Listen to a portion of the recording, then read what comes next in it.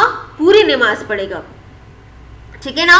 اگر اب یہ ہے کہ سفر میں 4 رکعت والی فرض نماز ہے، ٹھیک ہے نا، 2 رکعتیں پڑھنی ضروری ہے، تو اگر کسی نے جانچ بوجھ کر ظہر، عصر یا عشاء کی 4 رکعتیں پڑھی تو وہ گناہگار ہوگا۔ دیکھیں جب اس کے لیے شریعت نے ایک حد مقرر کر دی ہے، اس کے لیے آسانی پیدا کر دی ہے، تو اب اس کو شریعت کے خلاف نہیں جانا چاہیے، کیونکہ قصر نماز کی دلیل تو قرآن اور حدیث سے بھی ثابت ہو جائے، ٹھیک ہے۔ تو ایسے شخص کے لیے جو 4 رکعت پڑھے سفر میں تو اس کی نماز نہیں ہوگی، اس کو دوبارہ نماز پڑھنی ضروری ہوگی، ٹھیک ہے۔ لیکن اگر کسی مسافر نے بھولے سے 4 رکعتوں والی نماز 2 کے بجائے پوری پڑھ لی تو اس کی صورت یہ ہے کہ اس نے دوسری رکعت میں قاعدہ کیا ہے تو آخر میں سجدہ سہو کر لینے سے نماز ہو جائے گی، ٹھیک ہے۔ اس صورت میں 2 رکعت فرض اور 2 رکعت کیا ہو جائیں گے؟ نفل ہو جائیں گے۔ البتہ اگر اس نے قاعدہ تو کیا لیکن سجدہ سہو نہیں کیا تو نماز کو دوبارہ پڑھنا ضروری ہے، کیونکہ بغیر سجدہ سہو کے اس کی نماز درست نہیں ہوگی۔ اگر دوسری رکعت پر قاعدہ نہیں کیا تو فرض نماز ادا نہیں ہوگی، 4 رکعتیں کیا ہو جائیں گی؟ نفل ہو جائیں گی، اور فرض کو کیا کرنا ہوگا؟ دوبارہ پڑھنا ضروری ہوگا۔ اگر مسافر نے بھولے سے ظہر، عصر یا عشاء میں 4 رکعتوں کی نیت کر لی، پھر نماز کے دوران خیال آیا تو دل میں ہی اپنی نیت کیا کرے؟ درست کر لے اور 2 رکعت پر نماز پھیر دے، ٹھیک ہے، سلام پھیر دے، اور اس کو نماز دوبارہ پڑھنے کی ضرورت نہیں ہے۔ مطلب اس کا یہ ہوا کہ مسافر کے لیے ہر حال میں قصر کرنا کیا ہے؟ ضروری ہے، ٹھیک ہے، کیونکہ جو اس کی خلاف ورزی کرے گا تو وہ کیا ہوگا؟ گناہگار ہوگا۔ اب مسافر اور مقیم، مسافر کا مطلب دوسرے شہر سے آنے والے، اور مقیم کا مطلب جو ہے وہ اپنی شہر میں رہنے والے۔ امامت کا مطلب ہے نماز پڑھانے والا، اور اقتداء کا مطلب ہے اس کے پیچھے مقتدی جو نماز پڑھنے والے ہیں۔ اب ان کے لیے کیا حکم ہے؟ جو لوگ اپنے شہر میں رہ رہے ہوں یا جس شخص کا اپنے شہر کے علاوہ کسی دوسرے شہر میں 15 دن یا اس سے زائد رہنے کا ارادہ ہو تو اس کو مقیم کہتے ہیں، ٹھیک ہے نا۔ اگر کسی مسافر شخص کو امام بنا دیا جائے، ٹھیک ہے، اور مقیم حضرات اس کے مقتدی بن کر نماز پڑھے تو یہ کیا ہے؟ درست ہے۔ مسافر کو پہلے سے ہی مقیم مقتدیوں کو بتا دینا چاہیے کہ وہ مسافر ہے، اس لیے وہ 2 رکعتیں پڑھے گا، ٹھیک ہے نا۔ لہٰذا مقیم حضرات امام کے سلام پھیرنے کے بعد اپنی نماز کیا کرے؟ مکمل کرے، پوری کرے، وہ امام کے ساتھ سلام نہیں پھیرے۔ چنانچہ اس صورت میں جب مسافر امام سلام پھیر دے تو مقیم مقتدیوں کو چاہیے کہ وہ اٹھ کر اپنی نماز پوری کرے اور اس نماز میں قرأت نہ کرے بلکہ چھپ کھڑے رہیں جیسے کہ وہ لاحق کے حکم میں ہے، یعنی گویا کہ وہ امام کے پیچھے ہے اور امام کے پیچھے قرأت نہیں کی جاتی۔ اگر مسافر کسی مقیم امام کے پیچھے نماز پڑھے تو یہ بھی درست ہے، ٹھیک ہے نا۔ اب اگر کوئی کہیں چلا گیا اور وہاں نماز ہو رہی ہے اور یہ کھڑا ہو گیا، ٹھیک ہے، تو اس صورت میں مسافر کے لیے امام کی اتباع ضروری ہوگی۔ اگر امام 4 رکعت پڑھ رہا ہے تو اس کو بھی 4 رکعت پڑھنی ہوگی، اس کے لیے 2 رکعت پر سلام پھیرنا جائز نہیں ہوگا، کیونکہ اس کے لیے ایک امام کی اقتداء کیا ہو جائے گی؟ ضروری ہو جائے گی، ٹھیک ہے۔